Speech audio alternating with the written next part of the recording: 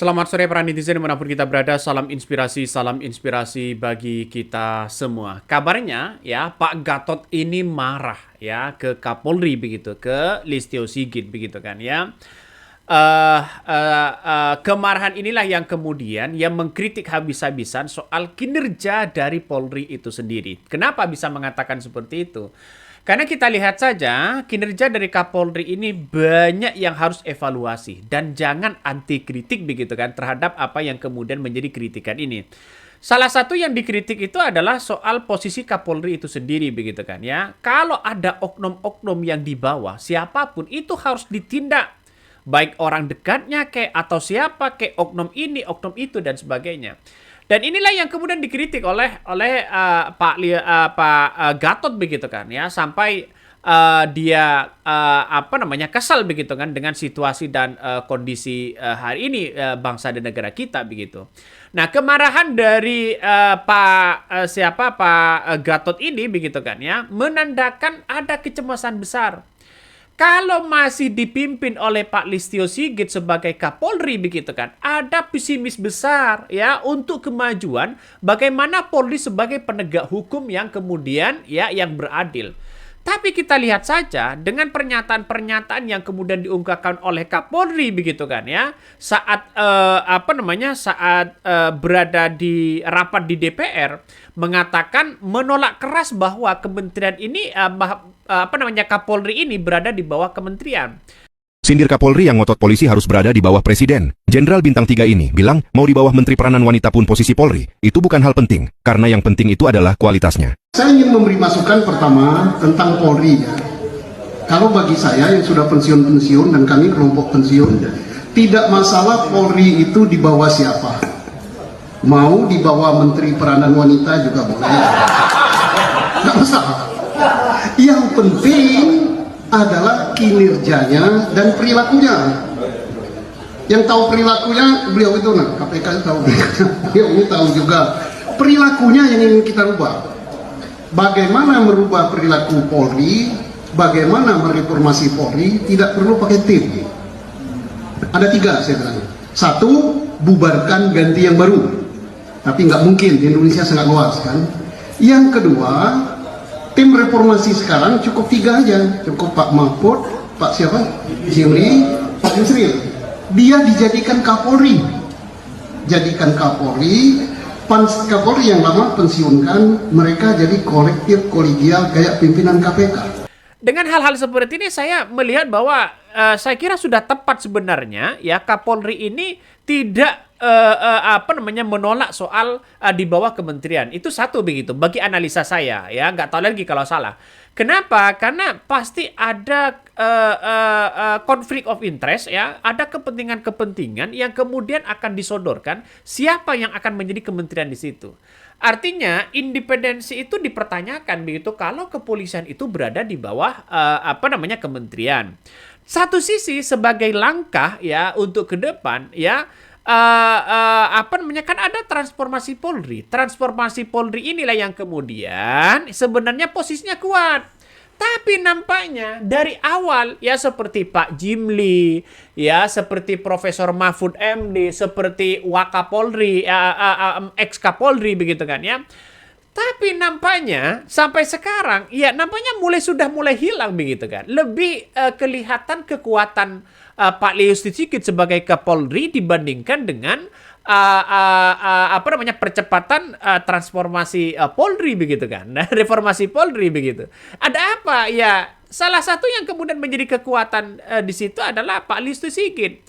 Pak Listio Sigit mengatakan mau dibentuk apapun Kapolri, kalau bawahannya tidak jalan sama aja. Kabarnya begitu. Nah, inilah yang seharusnya ya dievaluasi besar-besaran di situ begitu kan ya. Seperti Susno Duwaji begitu kan ya, bahkan mengkritik habis-habisan Kapolri dan sebagainya begitu kan ya.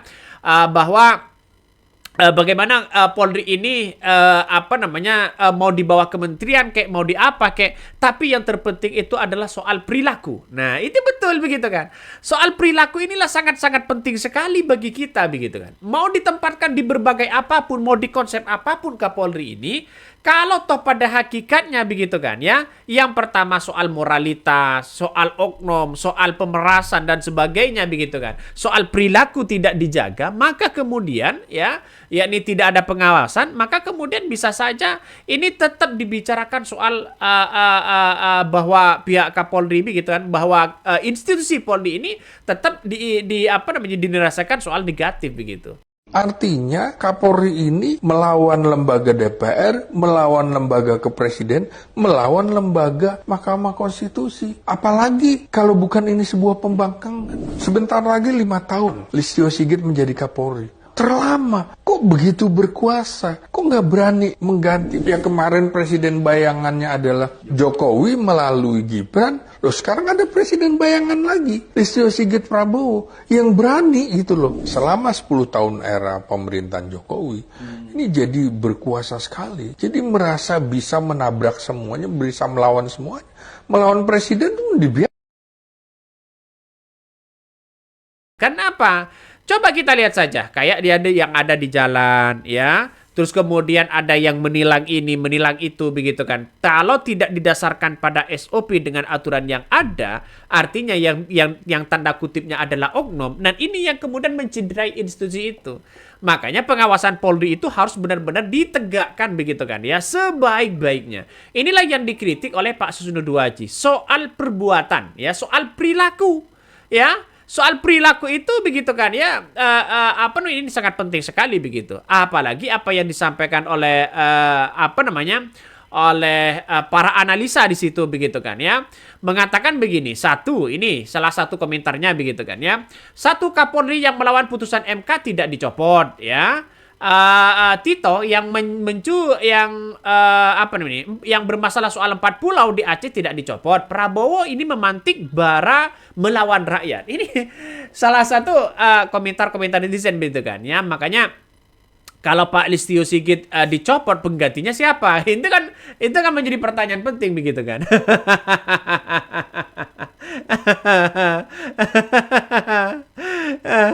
Jadi artinya Kapolri ini sangat luar biasa sebenarnya begitu. Kinerja dari Pak Listio Sigit kalau saya rasakan sendiri begitu kan ya. Kinerja dari Pak Listio Sigit untuk membangun bangsa ini begitu kan, untuk menjadi aparat atau penegak yang baik begitu, saya kira sudah dilakukan oleh Kapolri itu sendiri begitu. Tapi sayang Pak, ya, kembali ke soal perilaku tadi, yang di bawah masih ada oknum ini, yang di bawah masih ada backingan ini, backingan itu begitu. Ini yang kemudian mencederai ya program-program apa yang dilakukan oleh Pak Listio Sigit itu sendiri. Yang kena, yang dikritik itu pasti Kapolrinya, bukan bawahannya. ini yang sering begitu kan ya, dikritik habis-habisan soal Kapolri itu. Ini banyak sekali begitu yang dikritik begitu kan ya. Ini soal Kapolri dan sebagainya. Nah, kabarnya ya Jenderal Gatot marah ke Pak Listio Sigit ini begitu kan ya, bahwa sekarang ini kan Presiden Prabowo Subianto bukan presiden boneka lagi begitu kan. Ini Presiden Prabowo Subianto sudah tahu begitu kan ya, bagaimana hal-hal yang kemudian yang harus dievaluasi, yang harus dicopot. Nah, mantan Panglima TNI Jenderal Gatot Nurmantio ini meluapkan kemarahan terhadap Kapolri Pak Listio Sigit begitu kan ya. Gatot ini menganggap bahwa pernyataan Kapolri dalam rapat ya dengan DPR RDP bersama Komisi 3 begitu sebagai bentuk pembangkangan serius terhadap negara dan konstitusi. Kok bisa, Pak? Kok bisa seperti itu? Coba kita baca ya. Bahkan ya dikatakan Gatot ya menyatakan Kapolri menyebutkan akan bertahan menjaga institusi Polri sampai titik darah penghabisan justru menjadi sinyal yang berbahaya bagi demokrasi. Karena kenapa? Dia menegaskan pernyataan tersebut bukan sebuah pengabdian, melainkan syarat yang bernuansa konflik, tekanan kekuasaan, dan intimidasi. Alarmnya adalah ia menilai sikap Kapolri tersebut merupakan puncak dari serangkaian membangkang terhadap kebijakan negara. Artinya apa? Artinya Gatot ini menyebutkan setidaknya sudah 3 kali Kapolri ini melakukan tindakan yang dinilai menyimpang. Nah, tindakan pertama apa? Salah satunya adalah soal penerbitan peraturan kepolisian nomor 10 yang dianggap mengunci ruang koreksi meskipun Mahkamah Konstitusi telah memberikan putusan. Yang ketiga begitu kan, menyampaikan pernyataan dengan diksi ekstrim di ruang publik di puncak dari 3 kali pembangkangan kebijakan terhadap negara ya oleh Kapolri sendiri. Makanya ya Gatot ini mempertanyakan secara terbuka kepada siapa sebenarnya pernyataan keras Kapolri tersebut yang diarahkan ya. Ini kan yang pertama soal pembentukan tim reformasi tandingan. Nah, ini yang kemudian dianggap Pak Kapolri ini dianggap membangkang terhadap terhadap presiden. Nah, saya kira sampai sekarang kan tim reformasi Polri yang kemudian dibentuk oleh Pak Kapolri, Pak Listio Sigit begitu kan, bagaimana jalannya di roda itu begitu kan? Saya kira benar juga begitu bahwa mau diberesin dalam segi apapun, kalau yang bawahnya tidak jalan ya tidak jalan. Dan ini sinyal kuat sebenarnya, pernyataan Kapolri ini sinyal kuat bagaimana begitu di bawah ini tidak bisa disuap, tidak bisa ditekan, tidak bisa diintervensi dan sebagainya. Itu yang paling penting, Pak. Jangan lalu kemudian menjadi oknum-oknum yang kemudian hanya digoda sana sini mau begitu kan. Jangan seperti itu begitu. Ada kepolisian yang baik, banyak begitu kan. Tapi juga ada oknum-oknum ya di dalamnya. Artinya apa? Artinya ada kepentingan-kepentingan di dalamnya. Inilah yang mungkin dugaan saya ya Pak Gatot sama Pak Susno Duaji itu mengkritik seperti itu begitu kan ya. Mengkritik membangun bagaimana Kapolri itu ke depan. Tidak heran ketika masyarakat di mana-mana begitu kan ya, ada yang kemudian sering mengomentari begitu kan ya di berbagai media sosial ya pecat saja ya Pak Kapolri, kabarnya begitu. Tapi ya pertanyaan saya, kalau dipecat siapa penggantinya? Apakah masih banyak penggantinya yang lebih baik daripada Pak Listio Sigit? Seharusnya undang-undang di mana Kapolri ini boleh hanya menjabat 1 tahun aja, satu periode aja sudah. Jangan 2 periode begitu. Undang-undang coba begitu kan. Ya buatlah undang-undang batas memimpin Kapolri. Biar apa? Biar ada undang-undangnya terstruktur di dalamnya.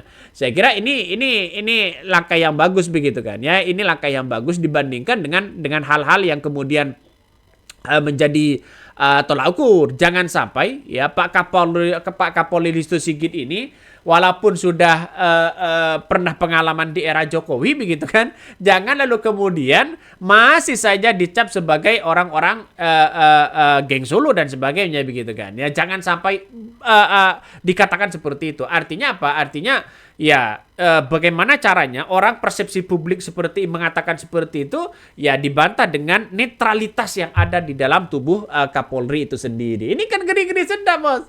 Ya, kita lihat saja nanti ke depan apakah Pak Kapolri ini baik-baik aja ya, atau bagaimana. Tapi yang terpenting bagi kami itu soal soal penegakan hukum yang ada. Soal penegakan hukum ini harus menjadi kekuatan sebagai bentuk independensi ya terhadap institusi Polri ke depan begitu. Ini kalau ada yang berkomentar begini, kalau Prabowo masih terus bermain-main omon-omon ya tidak bertindak tepat dan tegas ya dalam membuat perencanaan, kebijakan dan regulasi, maka Indonesia akan jatuh ya pada krisis berkepanjangan yang berisiko terhadap kondisi bangsa dan negara kita. Ini bisa saja seperti itu. Tapi hati-hati betul, Pak. Ya, saat demo kemarin, ya saat demo beberapa bulan yang lalu begitu kan. Hampir Prabowo ya digulingkan kabarnya. Ini hati-hati betul, jangan sampai seperti itu. Geri-geri sedap, Bos ya. Ini geri-geri sedap. Oke, mungkin itu yang kami sampaikan ya. Tonton terus di channel Hodari Podcast Rakyat ini, jangan lupa di-subscribe.